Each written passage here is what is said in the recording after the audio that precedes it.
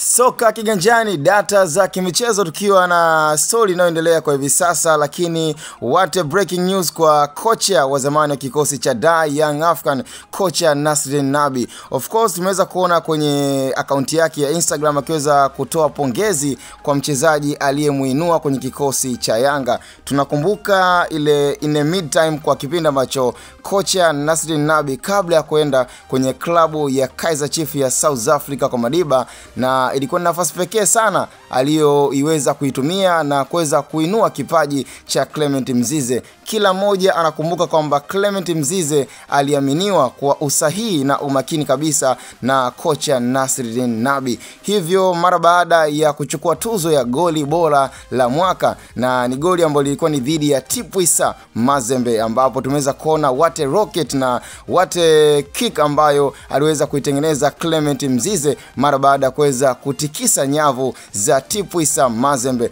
Of course kama ni tuzo na kama ni kafu walivyoweza kupanga, kila moja ameweza kuthibitisha na kuona kwamba tuzo ilistahili kwenda kwa Clement Mzize. Hivyo kwa kocha Nasreddine Nabi kuweza kumpa pongezi na kuamini kwamba jitihada alizomwachia kijana Clement Mzize kipindi ambacho alikuwa ni under 20, na tunafahamu kabisa kwamba Clement Mzize katika makuzi yake kwenye kikosi cha Yanga ilikuwa ni makuzi ambayo yaliendeshwa na kutolewa na Nasreddine Nabi mara baada ya kumwamini na kumuinua kutoka kwenye kikosi cha vijana na kumpandisha kwenye kikosi ambacho Yanga waliamini kwamba ni kijana lakini pia alikuwa na uwezo mkubwa sana. Hivyo mafanikio ya Clement Mzize yana asilimia kubwa ya kuaminiwa kwa kocha Nasreddine Nabi, ambaye hivi sasa pia na yeye ameweza kutoa kongole na kumpa pia pongezi zito kabisa kwa Clement Mzize kuweza kuchukua tuzo ya goli bora la mwaka ambalo ni dhidi ya Tipuisa Mazembe.